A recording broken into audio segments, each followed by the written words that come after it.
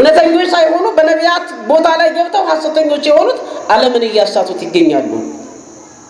የትኛው ኢየሱስ ክርስቶስ ማንን ነው በካራቴ ሲፈውስ ያያችሁ? ሐዋርያው ቅዱስ ጳውሎስ ነው? ሐዋርያው ቅዱስ ጴጥሮስ ነው? ከሐዋርያት ማን ነው በካራቴ ሲፈውስ ያየነው? በዘመነ ሊቃውንት ነው የተሰራው ወይስ በዘመነ ሰማዕታት ነው? በማንኛው ዘመን ነው ሰው በካራቴ ሲፈወስ ያየነው? ስለዚህ እነዚህ የሐሰተኛ ነቢያት ምልክቶች ናቸው።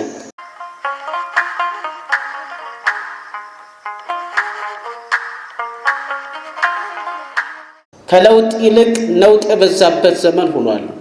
ከፍቅር ይልቅ ጠብ የበዛበት ሆኗል ዘመን ሆኗል። ከአንድነት ከህብረት ይልቅ መለያየት መወጋገዝ የበዛበት ዘመን ሆኗል። ስለዚህ ምን ይሆን?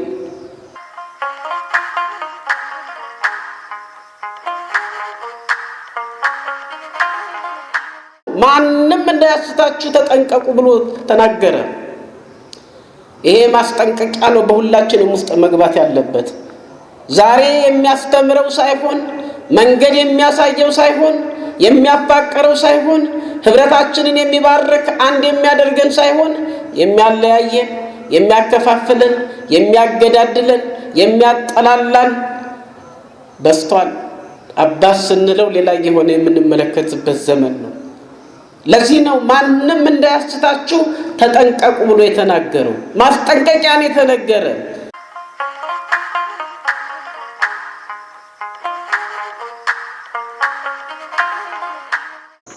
የት ላይ ነው ሰላም ያለው? በየትኛው ቦታ፣ በየትኛው ሀገር፣ በየትኛው ክፍለ ዓለም ላይ ነው ሰላም ያለው? ሁሉም እየተራረደ እየተበላላ ነው። እርስ በርስ እየተበላላ ነው። እኛም እንደዚሁ እርስ በርሳችን እየተበላላን ነው። ወንድም የነበረው እንደ ማር ሲላላስ የነበረው የሄደው ሁሉ ሲቀበል የነበረው ዛሬ ውጣልኝ ግባልኝ የሚባሉ ነገሮች መጥተው እርስ በርሳችን እየተበላላን እንገኛለን። ምንድነው ሲባል የመጨረሻው ዘመን ስለሆነ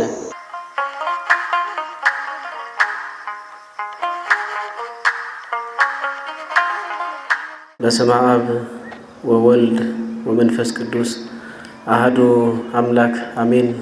ይትባረክ እግዚአብሔር አምላከ አበዊነ ዘአብጽሐነ እስከ ዛቲ ሰዓት። እንደምን ዋላችሁ? እንደምን አመሻችሁ? እንደምን ቆያችሁ? አሜን። ይቅርታውና ምሕረቱ ቸርነቱ የማያልቅበት የአባቶቻችን አምላክ አምላካችን ልዑል እግዚአብሔር ዛሬም ዘወትርም በበዛው ምሕረቱና ቸርነቱ የሚጠብቀን በድጋሚ ክብርና ምስጋና ለስም አጠራሩ ይሁን። እግዚአብሔር አምላካችን እንደፈቀደ መጠን ዛሬ የምንነጋገርበት ወንጌል የማርቆስ ወንጌል ምዕራፍ 13 ቁጥር 3 ከ9 አለ። ከዚህ ደግሞ በሰፊው የሚያስረዳን ታሪኩ አንድ ስለሆነ የማቴዎስ ወንጌል ምዕራፍ 24 ላይ ሁሉንም ስለሚያዝዝ የተወሰነ ምንባብ እናነብና ወደ ትምህርታችን እንሄዳለን። ስለዚህ ሁልጊዜም እንደምንባባለው አባቶቻችን እናቶቻችን እናንተም በምሳሌ እንደምትናገሩት ማድመጥ ከሌለ ወይም ማስተዋል ከሌለ መስማት ማንኛውም ነገር ይሰማል። ሁሉም ነገር ሲንጫጫ ልንሰማው እንችላለን። ከዚያ ባለፈ ግን ልቡናችን እንዲሰበርልን እግዚአብሔር አምላካችንም እንዲባርከን የጥያቄ ቋጠሯችንን የሚፈታልን ስለሆነ ሁሉን ነገር የሚያስተካክልልን የእግዚአብሔር ቃል እግዚአብሔር በቃሉ ስለሆነ ለቃሉ ከፍተኛ ትኩረትና ጊዜ መስጠት ይጠበቃል። ቃሉን መስረቅም ራሱ ገንዘብ እንደመስረቅ ነው። ብዙ ጊዜ አናስታውስም እንጂ ጊዜ ለምሳሌ በዚህ ሰዓት ተብለን በጣም አሳልፈን እንመጣለን፣ ግን ጊዜም እየተሰረቀ ነው። ስለዚህ ልቡናን አለመስጠትም ከእግዚአብሔር መስረቅ ነውና በዚህ ውስጥ ያላችሁም በዚህ በተባረከ ቦታ ያላችሁም ከውጭ ያላችሁም እንዲያው ለእግዚአብሔር ቃል ጊዜ መስጠት ቢቻል ጥሩ ነው። ሩጠን አይተነዋል ምኑን የተሳካው። መቅደም የምንችለው እግዚአብሔር ከፊታችን ሲሆን ነው። እግዚአብሔር ሲባርክልን ሲቀድስልን ነው።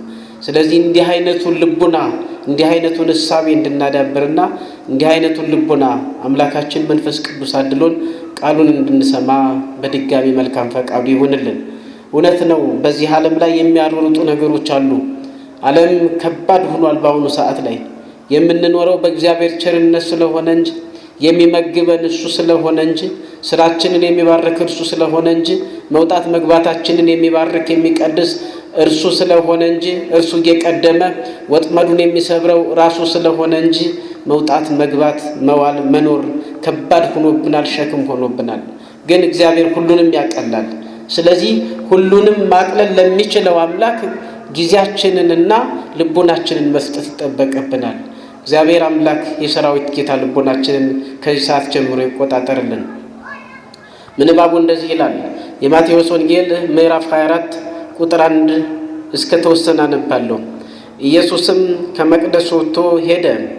ደቀ መዛሙርቱም የመቅደሱን ግንቦች ሊያሳዩት ቀረቡ። እርሱ ግን መልሶ ይህን ሁሉ ታያላችሁን? እውነት እውነት እላችኋለሁ ድንጋይ በድንጋይ ላይ ሳይፈርስ በዚያ አይቀርም አላቸው። እርሱም በደብረ ዘይት ተቀምጦ ሳለ ደቀ መዛሙርቱ ለብቻቸው ወደ እርሱ ቀርበው ንገረን፣ ይህ መቼ ይሆናል? የመምጣትህና የዓለም መጨረሻ ምልክቱስ ምንድነው? አሉት። ኢየሱስም መልሶ እንዲህ አላቸው፣ ማንም እንዳያስታችሁ ተጠንቀቁ። ብዙዎች እኔ ክርስቶስ ነኝ እያሉ በስሜ ይመጣሉና ብዙዎችንም ያስታሉ። የጦርንም ወሬ ትሰሙ ዘንድ አላችሁ። ይህ ሊሆን ግድ ነውና ተጠበቁ፣ አትደንግጡ። ዳሩ ግን መጨረሻው ገና ነው። ሕዝብ በሕዝብ ላይ መንግሥትም በመንግሥት ላይ ይነሳልና ራብም ቸነፈርም የምድርም መናወጥ በልዩ ልዩ ስፍራ ይሆናል። እነዚህም ሁሉ የምጣር መጀመሪያ ናቸው። በዚያን ጊዜ ለመከራ አሳልፈው ይሰጧችኋል፣ ይገድሏችሁማል። ስለ ስሜም በአሕዛብ ሁሉ የተጠላችሁ ትሆናላችሁ። በዚያን ጊዜም ብዙዎች ይሰነካከላሉ፣ እርስ በርሳቸውም አሳልፈው ይሰጣጣሉ፣ እርስ በርሳቸውም ይጣላሉ። ብዙ ሐሰተኞች ነቢያትም ይነሳሉ፣ ብዙዎችንም ያስታሉ። ከአመፃም ብዛት የተነሳ የብዙ ሰዎች ፍቅር ትቀዘቅዛለች። እስከ መጨረሻው የሚጸና ግን እርሱ ይድናል። ለአሕዛብም ሁሉ ምስክር እንዲሆን ይህ የመንግሥት ወንጌል በዓለም ሁሉ ይሰበካል። በዚያን ጊዜም መጨረሻው ይመጣል ይላል። የማቴዎስ ወንጌል ምዕራፍ 24 ቁጥር 1 እስከ 15 ያለው ምንባብ ነው። ስለ የቃሉ ባለቤት የሰራዊት ጌታ አምላካችን ልዑል እግዚአብሔር በድጋሚ ክብርና ምስጋና ለስም አጠራሩ ይሁን። እኛም ቃሉን ሰምተናልና ይህን የሰማነውን ቃል ማብራራት እንድንችል እኔም መናገር የምችልበትን ርቱ የሆነ አንደበት እናንተም ደግሞ መተርጎም የምትችሉትን በጎ የሆነ ልቡና ሁሉን የሚያድለው ሁሉን የሚሰጠው የጠመመውን የሚያቀናው ከፍ ያለውን ደግሞ ዝቅ የሚያደርገው ሰንከልካላውን ጎረበጥባጣውን የሚያስተካክለው እግዚአብሔር መንፈስ ቅዱስ በዚህ ጉባኤ ላይ እንዲገኝ መልካም ፈቃዱ ይሆንልን። አምላካችን እግዚአብሔር እንደፈቀደ መጠን የምንማማርበት ርዕሳችን የሚሆነው ማንም እንዳያስታችሁ ተጠንቀቁ። ማንም እንዳያስታችሁ ተጠንቀቁ። Take heed that no man deceive you. Take heed that no man deceive you. ማንም እንዳያስታችሁ ተጠንቀቁ። የማቴዎስ ወንጌል ምዕራፍ 24 ቁጥር 4 ነው። ዓላማችን ወይም የትምህርቱ ዓላማ ዘመኑን አውቆ ራስን ከስህተት ለመታደግ እንዲቻል ማስገንዘብ ነው። ዘመኑን አውቆ ራስን ከስህተት ለመታደግ እንዲቻል ማስገንዘብና ማስረዳት ነው። በተደጋጋሚ ይሰበካል፣ በተደጋጋሚ ይነገራል። ነገር ግን ለውጥ የታለ ሲባል ከበጎነት ይልቅ ጠማማነት የበዛበት ዘመን ሆኗል። ከለውጥ ይልቅ ነውጥ የበዛበት ዘመን ሆኗል። ከፍቅር ይልቅ ጠብ የበዛበት ዘመን ሆኗል። ከአንድነት ከህብረት ይልቅ መለያየት መወጋገዝ የበዛበት ዘመን ሆኗል። ስለዚህ ምን ይሆን ይሄ ትምህርት የሚያስረዳን? ይሄ ትምህርት ቁልፍ ሆኖ መፍትሄዎችን የሚሰጠን ከነዚህ ነገሮች እንድንታቀብ ነው። ከነዚህ ነገሮች እንድንጠበቅ ነው። እግዚአብሔር አምላክ በየጊዜው ይናገራል። እግዚአብሔር አምላክ በመጻሕፍቱ ተናግሯል። እግዚአብሔር አምላክ በመምህራኑ በየጊዜው ይናገራል። እንዲያውም እግዚአብሔር አምላክ ቴክኖሎጂው ሳይቀር በዚያ ሁሉ ትምህርት ይሰጣል። ግን ማን ተለወጠ ሲባል ለውጡ አዎንታዊ ሳይሆን አሉታዊ መሆኑ በዝቷል። አንድ ሆነናል ወይ? መለያየታችን በዝቷል። ተፋቅረናል ወይ? መጠላላታችን በዝቷል። እየተረዳዳን ነው ወይ? መወጋገዛችን መገዳደላችን በዝቷል። ለምን ይሆን? እግዚአብሔር አምላክ እሱ ልቡናን ያድለን፣ ልቡና ይስጠን። ይህንን ቃል የተናገረው ማንም እንዳያስታችሁ ብሎ የተናገረው ከሶስቱ አካላት አብ ወልድ መንፈስ ቅዱስ ከምንላቸው በስም ሶስት ከሆኑት በመለኮት በባህሪ በአገዛዝ በስልጣን በመግደል በማዳን በመሾም በመሻር አንድ ከሆኑት ከሶስቱ አካላት አንዱ አካል የሆነው የእግዚአብሔር አብ የባህሪ ልጅ የድንግል ማርያም ልጅ ጌታችን አምላካችን መድኃኒታችን ኢየሱስ ክርስቶስ ነው። አትሳት እንዳትስት ተብሎ ተጠንቀቅ ተብሎ የተነገረው የሰው ልጅ ሳተ፣ ወደቀ፣ ጮኸ፣ አለቀሰ፣ የሚያድነውን ፈለገ። እግዚአብሔር ቸር ነውና እግዚአብሔር መሐሪ ነውና ከሶስቱ አካላት አንዱ አካል ወይም እግዚአብሔር አብ እግዚአብሔር ወልድ የባህሪ ልጁን የሰውን ልጅ ወርዶ ተወልዶ መከራዎችን አስተናግዶ እንዲያድነው ላከው፣ አዳነው። በደሙ መፍሰስ በስጋው መቆረስ የሰውን ልጅ አዳነ። በደሙ መፍሰስ በስጋው መቆረስ የተለያየውን አንድ አደረገ፣ የተጣላውን አፋቀረ፣ አንድነትን ሰበከ፣ ሁሉን ነገር አደረገ። አርአያነቱን ምሳሌነቱን ትህትናውን አሳየ። እናንተም እንዲህ ነው ማድረግ ያለባችሁ ሲል በመስቀል ላይ ሆኖ አባት ሆይ የሚያደርጉትን አያውቁምና ይቅር በላቸው ብሎ ስለ ይቅርታ ስለ ፍቅር አስተማረን፣ ሰበከን። እርሱ ስለኛ መገረፍ የሚገባን እኛ ሲሆን መቀጣት የሚገባን እኛ ስንሆን ሞት የሚገባን ለእኛ ሲሆን በሞቱ ሞታችንን ያጠፋ ዘንድ ትህትናን ያስተምረን ዘንድ ትዕግስትን ያስተምረን ዘንድ ፍቅርን ሊያስተምረን እርሱ መከራ ከፈለልን። እርሱ በመስቀል ላይ ተሰቀለልን። እርሱ ሙቶ በሞቱ ሞታችንን አሸነፈልን። ክብርና ምስጋና ለስሙ አጠራሪ ይሁን። ስለዚህ ይሄን ቃል የተናገረው እርሱ ነው። ማንም እንዳያስታችሁ ተጠንቀቁ ብሎ ተናገረ። ይሄ ማስጠንቀቂያ ነው በሁላችንም ውስጥ መግባት ያለበት። ዛሬ የሚያስተምረው ሳይሆን መንገድ የሚያሳየው ሳይሆን የሚያፋቀረው ሳይሆን ህብረታችንን የሚባርክ አንድ የሚያደርገን ሳይሆን የሚያለያየን፣ የሚያከፋፍለን፣ የሚያገዳድለን፣ የሚያጠላላን በስቷል። አባስ ስንለው ሌላ የሆነ የምንመለከትበት ዘመን ነው።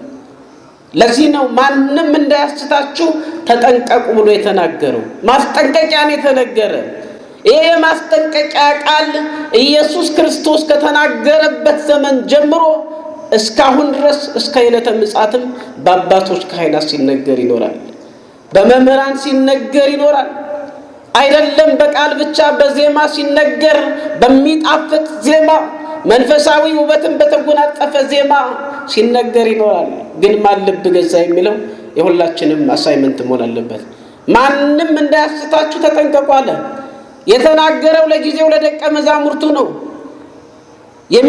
የሚሰራቸውን ተአምራት በአይናቸው እያዩ የሚናገራቸውን ቃላቶች በጆሮአቸው እየሰሙ 3 ዓመት ከመንፈቅ አብረውት ለተቀመጡት ደቀ መዛሙርት የተነገረው ቃል ነው። ለጊዜው ለነሱ ተናግሮታል። ለነሱ ለፍጻሜው ግን ይህ ለሁሉም የሰው ልጅ ለሚያምን ሁሉ ኢየሱስ ክርስቶስ ዋጋ እንደከፈለለት ለሚያምን ሁሉ የተነገረ ቃል ነው። ለማያምኑት ሁሉ የተነገረ ነው። በሌላ በኩል ወይም አንድም ሲባል ለማያምኑት ሁሉም አምነው እንዲድኑ የተነገረ ቃል ነው። ምክንያቱም መድኃኒቱ አንድ ነው። አንድ እግዚአብሔር ነው ያለ። አንድ እግዚአብሔር ሁሉን የፈጠረ፣ አንድ እግዚአብሔር ለሁሉም መድኃኒት የሆነ የሚሆን፣ አንድ እግዚአብሔር ዓለምን ካለመኖር ወደ መኖር አምጥቶ የፈጠረ፣ አንድ እግዚአብሔር ዓለምን የሚመግብ፣ አንድ እግዚአብሔር ዓለምን የሚያስተዳድር፣ አንድ እግዚአብሔር በመጨረሻው ዘመንም ዓለምን የሚያሳልፈው ባለስልጣኑ እርሱ ብቻ ስለሆነ እርሱ የተናገረው ቃል ነው። ለሁሉም የሚጠቅም ነው። ለሁሉም የሚረዳ ነው። ሁሉም ከስህተት እንዲድን፣ ሁሉም ከስህተት እንዲጠበቅ የተነገረ የማያልፍ ዘላለማዊ የእግዚአብሔር ቃል የባለስልጣኑ የኢየሱስ ክርስቶስ ቃል ነው። ይሄ ቃል የተናገረበት ምክንያት ደግሞ አለው። የተናገረበት ምክንያት የሰው ልጅ አስቸጋሪውን ዘመን አውቆ በአስቸጋሪ ዘመናት የሚፈጸሙትን አስቀያሚ ድርጊቶች በማወቅ ምልክቶችን በመረዳት ራሱን ከስህተት እንዲጠብቅ ነው። አሁን ግን ማን ነው ከስህተት የሚጠብቅ ሲባል እንዲያውም የሚወድቀው በዝቷል። የሚሳሳተው በስቷል። ከላይ ጀምሮ እየተናደ ከላይ ጀምሮ እየተበረዘ አስቸግሯል። ታዲያ ቢበረዝስ የእግዚአብሔርን ቃል የሚሰማ ሰው ትክክለኛ ክርስቲያን የሆነ ሰው እምነቱ ራሱን ችሎ የሚንቀሳቀስ ሰው በማንም አይሳሳትም፣ በማንም አይወድቅም። አብነት እግዚአብሔርን ከማድረግ በቀር ሰዎችን ተደግፎ ሰዎቹ ሲወድቁ አይወድቅም፣ ሰዎቹ ሲነሳ አይነሳም። የሃይማኖት ትምህርት የስብከቱ ዓላማም ሰው በእምነቱ ራሱን እንዲችል ነው።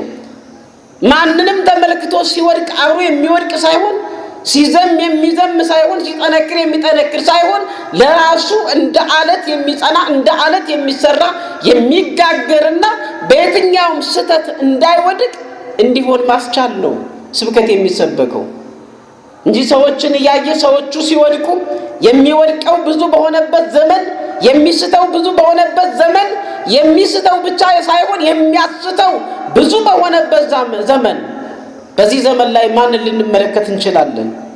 ማንንስ አርአያና ምሳሌ ልናደርግ እንችላለን? የስህተት አብነቶች በዝተዋል። ወድቀው የሚጥሉ የሚያስወድቁ ስተው የሚያስቱት እጅግ በጣም ብዙዎች እየሆኑ ነው።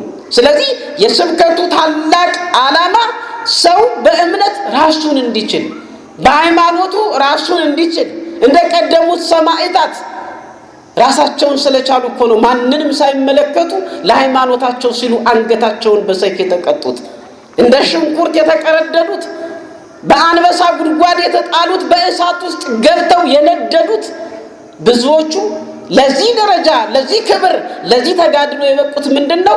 በሃይማኖታቸው ራሳቸውን ችለው ስለተንቀሳቀሱ ነው። ሰው በሃይማኖቱ ራሱን ችሎ የሚንቀሳቀስ ከሆነ እንዲያ ስንባል ልዩነትን ማምጣት አይደለም። እምነቱ ታላቅ ከሆነ ማንም ሲወድቅ አብሬ ወድቃለሁ፣ ሲነሳ እነሳለሁ፣ ሲዘም እዘማለሁ ሳይሆን እኔ በሃይማኖቴ እስከ ሕይወት ፍጻሜ እስከ ሕይወት እቅዳ ቆያለሁ፣ በመጨረሻውም የሕይወትን አክሊል ፈጣሪዬ እንደሚያጎናጽፈኝ አምናለሁ፣ እጋደላለሁ ብሎ በእምነት ማደግን ነው እንግዲህ ለእያንዳንዱ የተባለው እንጂ መከፋፈሉንማ ለዓለም ማን ይነግረዋል?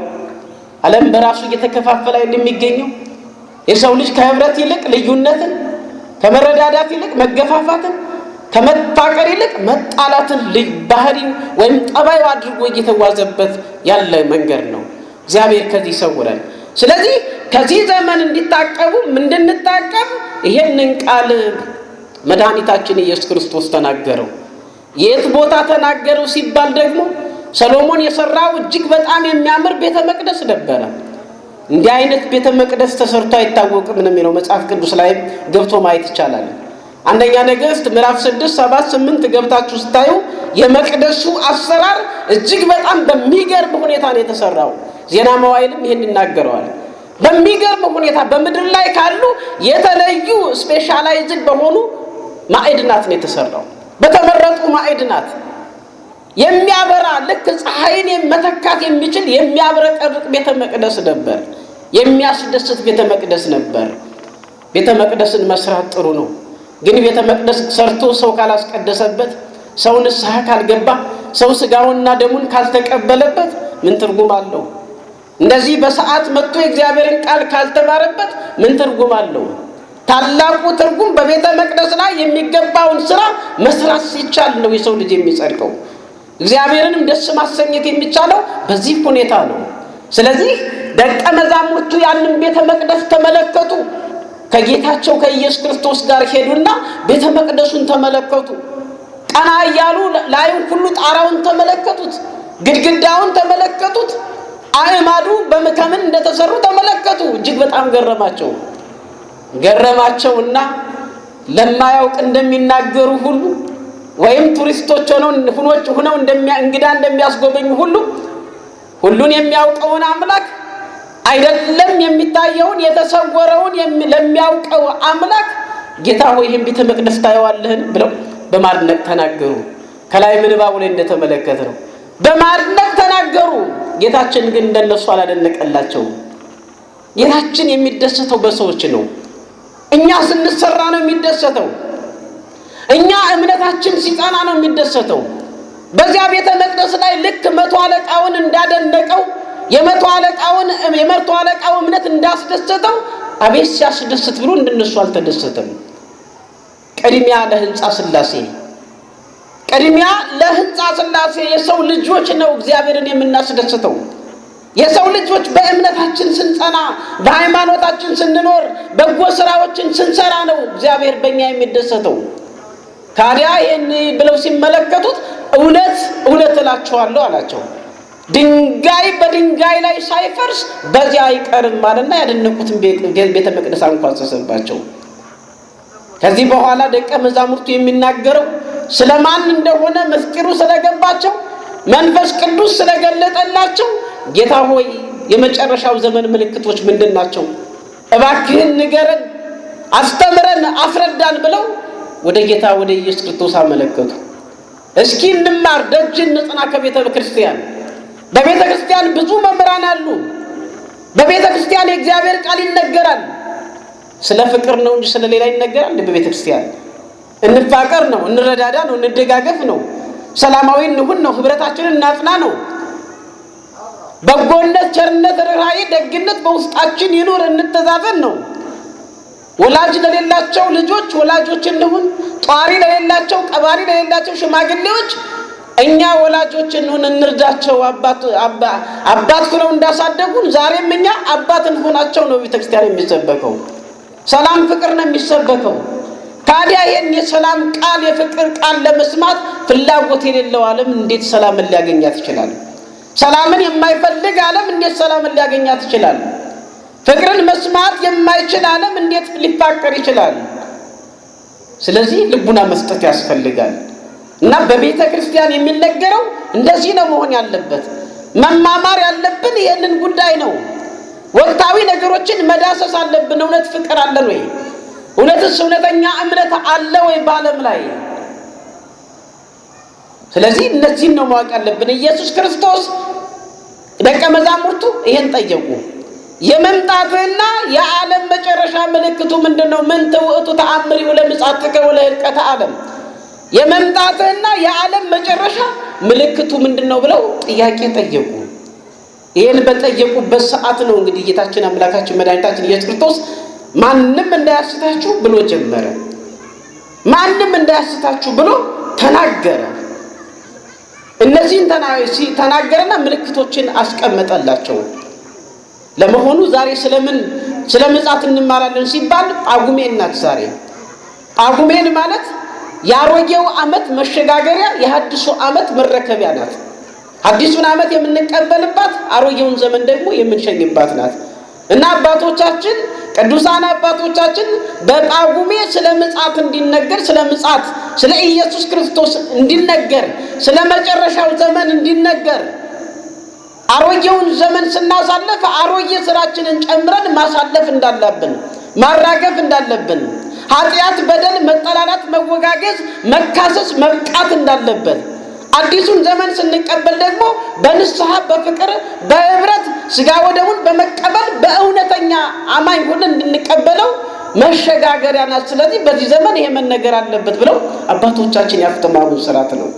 እና ጳጉሜን ስለሆነች ይሄን እንማራለን ነው።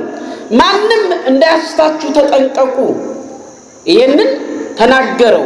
ስለዚህ በክፍል ቀለል አድርገን እናያለን። አንደኛ ማንም እንዳያስታችሁ ተጠንቀቁ ያለበት ምክንያት ምንድነው? ሁለተኛ መፍትሄውስ ምን ይሆናል? ሶስተኛ የኛ አቋምስ በምን ላይ ይገኛል? የዓለም አቋም በምን ላይ ይገኛል? ማንም እንዳያስታችሁ የተባለውን እየተገበረው ይገኛል ወይ? እንዴት ነው ያለበት ቁመና ምን ይመስላል? የሚሉትን አይተን ትምህርታችንን እናጠናቅቃለን። ወደ ክፍል 1 ስንሄድ ማንም እንዳያስታችሁ ተጠንቀቁ አለ። ለምንድን ነው እንደዚህ ያለበት? አንደኛ ሃይማኖታዊ ችግሮች ይፈጠራሉ። በሃይማኖት በኩል ቀውስ ይፈጠራል። ሁለተኛ ፖለቲካዊ ችግሮች ይፈጠራሉ። ሶስተኛ ማህበራዊ ችግሮች ይፈጠራሉ። እነዚህ ናቸው ለሰው ልጆች አስፈላጊ ነገሮች። እነዚህ ስለሚፈጠሩ ማንም እንዳያስታችሁ ተጠንቀቁ አለ።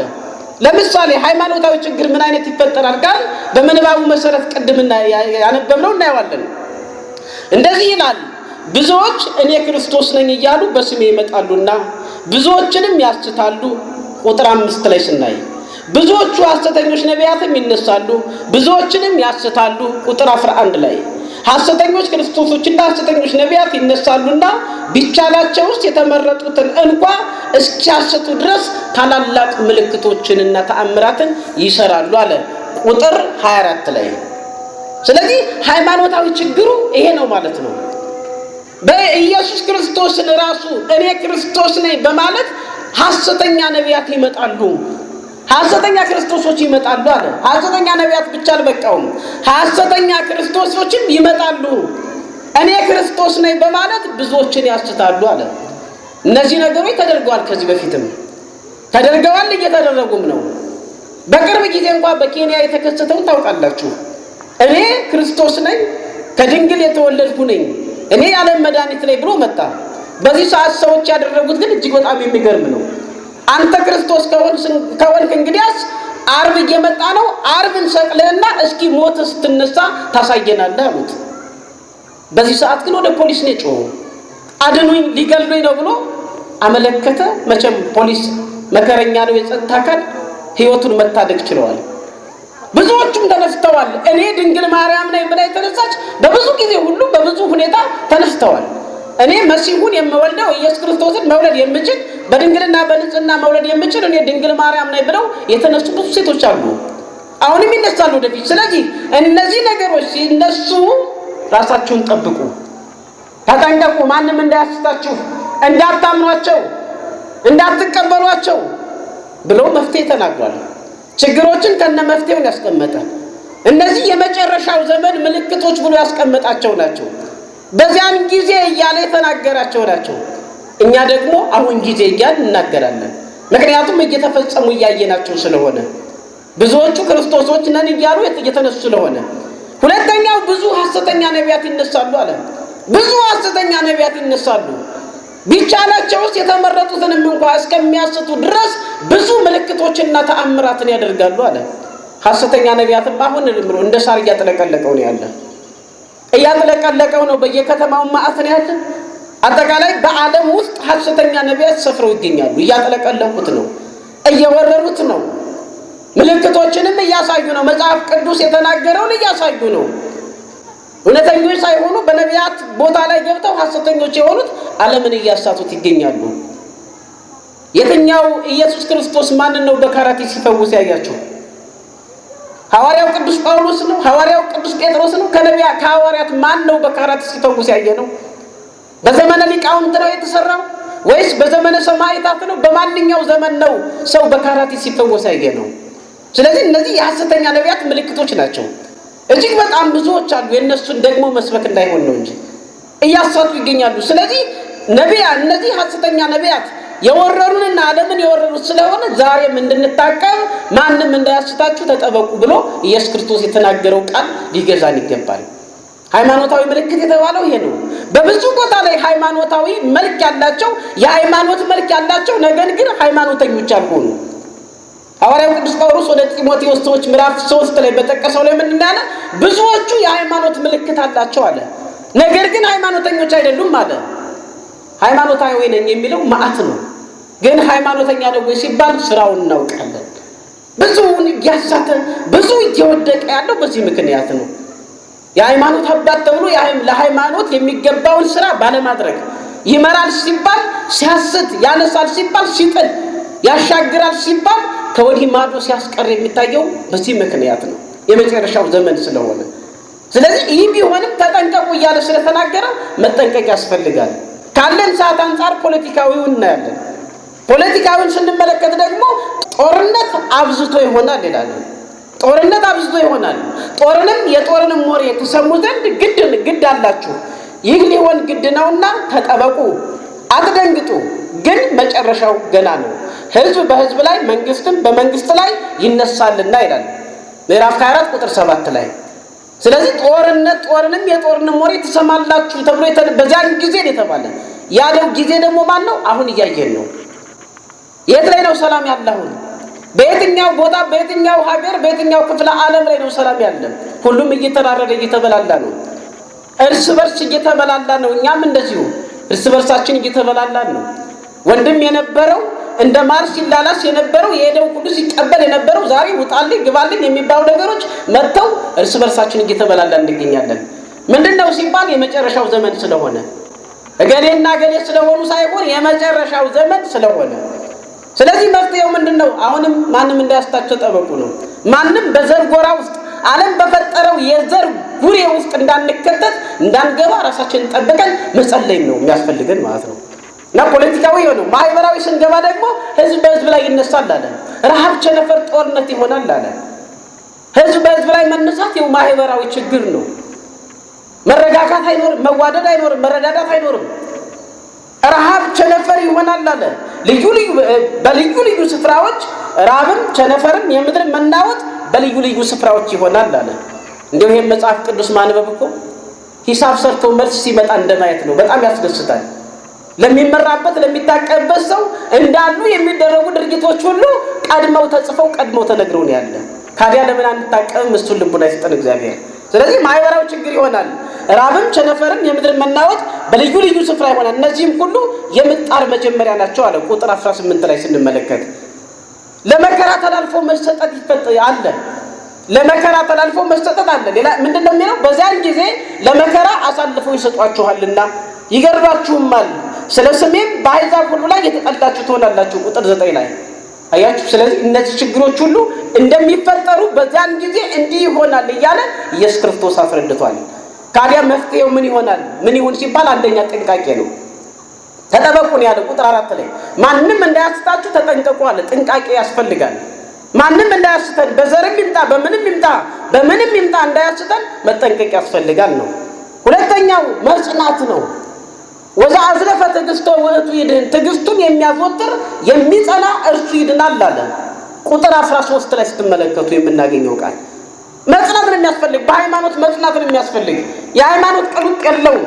ሃይማኖት አንዲት ናት እንጂ ሚሊዮን አይደለም። ሚሊዮን እግዚአብሔር ስለሌለ አንድ እግዚአብሔር አለ፣ አንድ መንገድ አለው።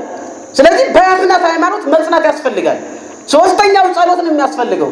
ሽሽታችሁ በክረምት ወይም በሰንበት እንዳይሆን ተግታችሁ ጸልዩ ይላል። ይሄ ትርጓሜ ያለው ጊዜ ስለሌለን እናልፈዋለን። ብቻ ዋናው ጸሎት ነው። ሽሽታችሁ በክረምት ወይም በሰንበት እንዳይሆን ተግታችሁ ጸልዩ። ምዕራፍ 24 ቁጥር 20 ላይ ስንመለከት የመጨረሻው መፍትሄያችን ደግሞ ያየነውን ሁሉ ከማመን መጠበቅ ነው። መስማት ያለብን ማንን እንደሆነ መርጠን መስማት፣ ማየት ያለብን ምሳሌ ማድረግ ያለብን አብነት ማድረግ ያለብን ማንን እንደሆነ መርጠን አብነት ማድረግ። በውስጣችን አባቶቻችን አሉ፣ ካህናት አሉ፣ በውስጣችን መምህራን አሉ፣ በውስጣችን የትርጓሜ መምህራን ስላሉ እነሱን ብቻ ነው መስማት። መርጠን የምንሰማበት ዘመን ስለሆነ፣ መርጠን የምናይበት ዘመን ስለሆነ ሁሉን የምናይ ከሆነ ያው ከባድ ነው ማለት ነው። ስለዚህ ያየነውን ሁሉ ባለማመን ማመን ያለብንን ለይተን መከተል ያለብንን መስማት ያለብንን መከተል ያለብንን መለየት እንዳለብን ነው። በተለይም ዘመኑ እግዚአብሔር የቴክኖሎጂ ዘመን ስላደረገው ማወቅ እንችል ነበር። ነገር ግን የሰው ልጅ አሉታዊው ከአዎንታዊው ይልቅ አሉታዊውን መምረጥ ልማዱ ስለሆነ የሚያስቱንን ነገሮች እንዳናይ መጠበቅ ነው። ማን ነው የኛ መምህር? ማን ነው ሊያስተምረን የሚገባ? የማንን ቃል ነው ልንሰማ የሚገባ? ማንን ነው አራያና ምሳሌ ማድረግ ያለብን የሚለውን መምረጥ በእጃችን ነው። ስለዚህ የምናምነውን የምንከተለውን መምረጥ ያስፈልጋል ነው። እንደዚህ ይላል፣ እነሆ በበረሃ ነው ቢሏችሁ አትውጡ። ክርስቶስ በበረሃ ነው የሚሉ ይመጣሉ። እነሆ በእልፍኝ በአዳራሽ ነው ቢሏችሁ አትመኗቸው፣ አትስሙ ብሎ ይሄን ቃል የተናገረው ጌታችን አምላካችን መድኃኒታችን ኢየሱስ ክርስቶስ ነው። ምዕራፍ 24 ቁጥር 26። ስለዚህ ማንም እንዳያስታችሁ ተጠንቀቁ፣ እንጠንቀቅ። የመጨረሻው ዘመን ላይ ያለ ነው። ፍቅር ለምን ጠፋ እንበል፣ ራሳችን እንዳንጠፋ መጠበቅ ነው።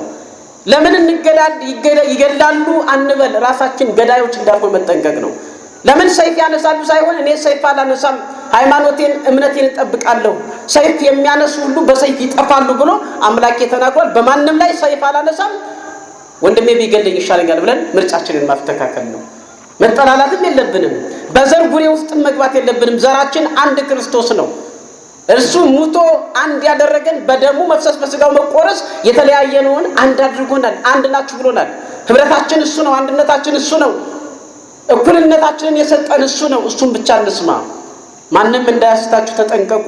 እግዚአብሔር አምላክ ለዘመነ ጳጉሜን ያደረሰን ይህችን የመሸጋገሪያ ሳምንት በሰላም አሳልፎ በንስሐ እንድናልፍ ቅዱስ ሥጋውን ክቡር ደሙን በመብላት በመጠጣት በመጸለይ ለሀገር ለሰላም ለራሳችን በመጸለይ እንድናሳልፍ በጎ ልቦና እንዲኖረን እግዚአብሔር አምላካችን ይርዳን። ማንም እንዳያስታችሁ ተጠንቀቁ። ሁላችሁም በተሰበረ ልብ ጸሎት እንነሳ።